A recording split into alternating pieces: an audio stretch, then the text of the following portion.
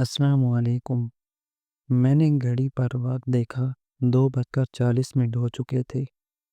عامر کے آنے میں بس 5 منٹ ہی باقی تھے۔ پھر میں نے ایک نظر کھانے کی میز پر ڈالی۔ ہر چیز تیار اور مکمل تھی، بالکل میری ذات کی طرح۔ صاف ستھری اور خوبصورت میز، قیمتی اور نفیس برتن، ہر چیز سے کاملیت جھلک رہی تھی، جو کہ میری ذات کا خاصہ بھی تھی۔ کھانے کی میز کے بعد میں نے ایک نگاہ خود پر بھی ڈالی۔ میں خود بھی نہا دھو کر میک اپ کر کے مونگیا کلر کے لباس میں تھی، اور یقیناً بہت اچھی بھی لگ رہی تھی۔ آج جمعہ ہے اور آج کے دن عامر کھانا گھر پر کھاتے ہیں، اس لیے میں کھانے میں خاصا اہتمام کرتی ہوں اور ہر چیز پر خاص توجہ دیتی ہوں۔ میرا گھر میری بہت خوبصورت اور بڑی سی جنت ہے، جس سے مجھے بہت پیار ہے۔ ہر سمجھدار عورت کو اپنے گھر سے بہت محبت ہوتی ہے، مگر ان کو کچھ زیادہ ہی ہوتی ہے، جو اپنا گھر بنانے کے لیے بہت محنت اور جد و جہد کرتی ہے، اور میرا شمار بھی ان عورتوں میں ہوتا ہے۔ عامر میرے پھوپھی زاد بھی ہیں۔ شادی کے بعد جلد ہی انہوں نے میرے مشورے سے کمیٹی ڈال لی، تو پورا مہینہ کھینچ تان کر گزارنا پڑتا۔ میں نے تب کپڑے بنوانا تو چھوڑ ہی دیے تھے، اور پھر جب کمیٹی نکلی تو کچھ میں نے اپنے زیور بیچے، اور عامر کے بینک بیلنس سے یہ خوبصورت سا گھر بنا۔ تبھی تو مجھے اپنے گھر سے بہت زیادہ محبت و انست تھی۔ اس گھر کے ایک ایک انچ کو میں نے بہت محبت سے سنوارا ہے۔ میرا گھر میری جنت ہے، جس کی میں بلا شرکت غیر مالک ہوں۔ ہمارے گھر میں ہر آرام اور آسائش ہے، بس ایک ہی کمی ہے اور وہ ہے اولاد۔ جی ہاں، شادی کے 9 سال گزر جانے کے باوجود ہم بے اولاد ہیں، اور مجھے پتہ ہے کہ بے اولادی ہی رہیں گے، کیونکہ کمی عامر میں نہیں مجھ میں ہے۔ مجھے اپنے والد کے اس خالی پن کا پتہ چلا تھا تو مجھے بہت دکھ ہوا تھا، مگر میں نے سوچا کہ کمی عامر میں نہیں ہے تو سزا انہیں کیوں ملے۔ میں چاہتی تھی کہ عامر اولاد کے لیے دوسری شادی کر لے، لیکن وہ نہیں مانے۔ انہیں مجھ سے محبت ہی اتنی ہے۔ میں اپنی جنت میں مگن بہت خوش اور مطمئن ہوں۔ شاید بہت کم عورتیں ہوتی ہیں اتنی خوش اور مطمئن زندگی گزارنے والی۔ اولاد نہ ہونے کے باوجود میں شک جیسی بیماری سے کوسوں دور ہوں۔ میں نے عامر کو آزاد چھوڑا ہوا ہے، کیونکہ مجھے پتہ ہے کہ وہ میرے ہیں اور میرے ہی رہیں گے۔ دروازے پر گاڑی کا ہارن ہوا۔ میں خیالات سے چونکی اور استقبال کے لیے کھڑی ہو گئی۔ عامر کمپنی کے کام کے سلسلے میں ایک ہفتے کے لیے کوئٹہ جا رہے تھے۔ میں نے اکیلے گھر میں رہنے کی بجائے امی کے ہاں جانے کو ترجیح دی۔ امی کا گھر کوئی دور نہیں، بالکل پاس ہی ہے۔ مجھے امی کے ہاں گئے ابھی تھوڑی دیر ہوئی تھی کہ فریدہ چچی گئیں۔ مجھے دیکھ کر ان کے چہرے پر بہت ناگوار سی شکن ابھری، جیسے میں نے اور امی نے واضح محسوس کیا۔ فریدہ چچی کو شاید اتنی عجلت نہ تھی جتنی تیزی انہوں نے مجھے دیکھ کر اختیار کی۔ جب سے میری شادی عامر کے ساتھ ہوئی، انہوں نے میرے ساتھ خدا واسطے کا بیر مان لیا ہے، نہ سیدھے منہ بات کرتی ہے اور نہ ہی میرے گھر آنا ہوا۔ عامر سے بھی خود سے مخاطب نہ ہوتی۔ آج شام کو خدا کی رسم ہے، منگنی کی، آ جانا تم۔ انہوں نے مجھے مکمل نظر انداز کر کے امی سے کہا، اس رشتے کی کیا ہاں کر دی ہے آپ نے؟ وہ تو عمر میں فریدہ سے خاصا بڑا بھی ہے اور پہلے سے شادی شدہ بھی ہے۔ امی کو خاصی حیرت ہوئی۔ ظاہر ہے کسی رشتے کے لیے تو ہاں کرنی ہی تھی ہم نے۔ میری بیٹی کا نصیب کسی اور نے جو چھین کر اپنا مقدر بنا لیا۔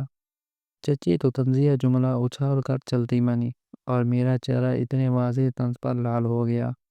میری جنت اور خوشگوار زندگی سے چلنے والے بھی کچھ لوگ ہیں، جن میں میری یہ چچی فریدہ بھی شامل ہے۔ ان کا خیال ہے کہ میں عامر کو ردا سے چھیننا ہے، کیونکہ عامر بچپن سے ردا کے منگیتر تھے، مگر عامر نے خود ہی میرا انتخاب کیا تھا، کیونکہ ردا جیسی چپ چاپ دبوسی لڑکی عامر کی میعاد کی تھی بھی نہیں، جسے نہ کچھ فیشن کا پتہ اور نہ دنیا داری کا۔ تعلیم بھی ایف اے تک حاصل کی تھی، اور دوسری طرف میں تھی ایم ایس سی کیمسٹری نصابی اور ہم نصابی سرگرمی میں بڑھ چڑھ کر حصہ لینے والی، اپنے کالج کی بہترین مقررہ گفتگو میں مقابل کو لاجواب کر دینے والی، فیشن کی دلدار اور سٹائلش ماریہ احمد۔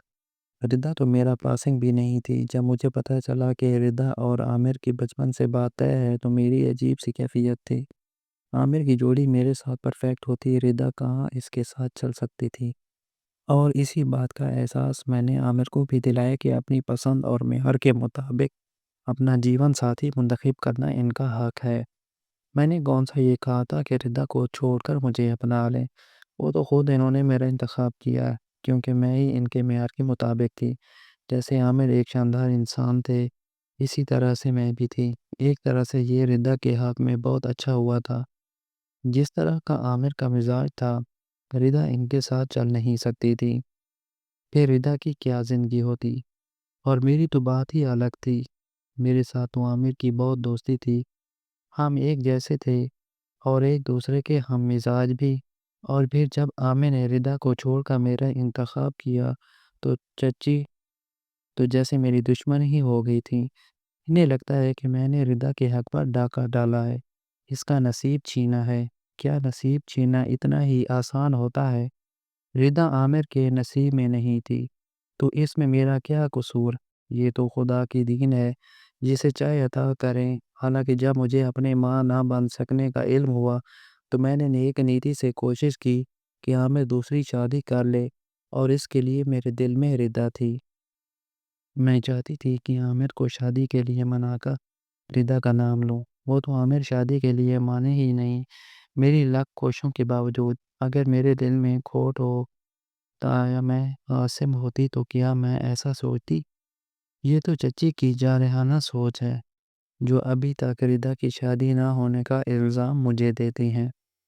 اب ان کی بیٹی میں کوئی گن ہی نہیں۔ اگر اس میں کوئی خوبی ہو تو عامر اسے چھوڑ کر میرا انتخاب کرتے، لیکن اپنے گریبان میں تو کوئی جھانکنا ہی نہیں ہے۔ وہ بھی دسمبر کی ایک سرد سی شام تھی۔ ردا کی شادی کو 3 ماہ ہو گئے تھے۔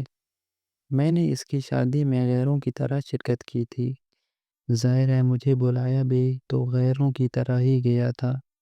عابد اس کا شوہر عام سی شکل و صورت کا مالک عام سا مرد تھا۔ خوددار کون سی حور پری تھی، اس کے حساب سے تو ٹھیک تھا، ویسے بھی اس کی عمر تو نکلی جا رہی تھی۔ اب ہر کسی کا نصیب میرے جیسا تو نہیں ہوتا کہ وقت پر شادی بھی ہو جائے، شوہر بھی بہت اچھا پڑھا لکھا، ہر لحاظ سے مکمل اور اچھی جگہ پر ہو، اور گھر بھی جنت جیسا ہو۔ ردا کے شوہر کو دیکھ کر میں اپنی زندگی اور اپنی جنت کے کچھ اور بھی مطمئن اور مسرور ہو گئی تھی۔ مجھے خود پر فخر سا ہوا تھا۔ عامر آج کل پھر کوئٹہ کے دورے پر تھے۔ پچھلے چند ماہ سے ان کے کوئٹہ کے کچھ زیادہ ہی چکر لگ رہے تھے، مگر اب کہ میں امی کے گھر جانے کی بجائے اپنے گھر میں ہی رکی، ٹرین لائن کی گھنٹی بجی۔ میں نے CLI پر نمبر دیکھا تو وہ عامر کا ہی تھا، شاید اپنے آنے کی ہی اطلاع دینی ہوگی۔ میں نے مسکرا کر ریسیور اٹھایا۔ ارے ماریہ، کیسی ہو تم؟ ہے خوشخبری سنو۔ میری ہیلو کے جواب میں وہ چہکتی ہوئی آواز میں بولے تو میری مسکراہٹ کچھ اور بھی گہری ہو گئی۔ شاید وہ اس بار کوئی بہت خاص گفٹ لا رہے ہیں۔ جی سنائیں، میں ہمہ تن گوش ہوں، میں باپ بننے والا ہوں ماریہ۔ ان کی آواز میں پہلے سے بھی زیادہ خوشی تھی۔ ریسیور پر میرے ہاتھ کی گرفت اور مضبوط ہو گئی۔ کیا مطلب؟ میرے منہ سے بے ربط سا نکلا۔ ماریہ، میں یہ بات تمہیں فون پر نہیں بتانا چاہتا تھا، مگر اب مجبوری بن گئی ہے۔ میں نے یہاں 3 ماہ پہلے سرمینا سے نکاح کر لیا تھا۔ سرمینا بہت اچھی لڑکی ہے، اس نے مجھے احساس دلایا کہ اولاد زندگی میں کتنی ضروری ہوتی ہے۔ میں نے سوچا کہ تم بھی اپنی جگہ خوش اور مطمئن ہو تو ایسے ہی چلنے دو، مگر اب سرمینا نے خوشی خبری سنا دی ہے تو میں اسے گھر لے کر آ رہا ہوں۔ اپنے گھر؟ تم سن رہی ہو ماریہ؟ جی ہاں، اور گھر کو بہت اچھے سے سجانا، ہر چیز پرفیکٹ ہونی چاہیے۔ آخر وہ پہلی بار گھر آ رہی ہے۔ اور ہاں، جو پچھلی سالگرہ پر تمہیں کنکن دیے تھے انہیں بھی پالش کروا لینا۔ زرمینہ کے لیے اتنی بڑی خوشخبری اور پہلی دفعہ گھر آنے پر کچھ گفٹ ہونے چاہیے۔ ماریا تو بالکل چپ ہو۔ کیا تمہیں میرے باپ بننے کا سن کر خوشی نہیں ہوئی؟ تم بھی تو ایسا ہی چاہتی تھی نا؟ انہیں آخر کار میری خاموشی کا احساس ہو ہی گیا۔ میں نے خاموشی سے ریسیور رکھ دیا۔ ہاں، میں ایسا چاہتی تھی، مگر ردا کے ساتھ کیوں؟ میں جانتی تھی کہ وہ بے سر سی لڑکی میری جنت میں مخل نہیں ہوگی۔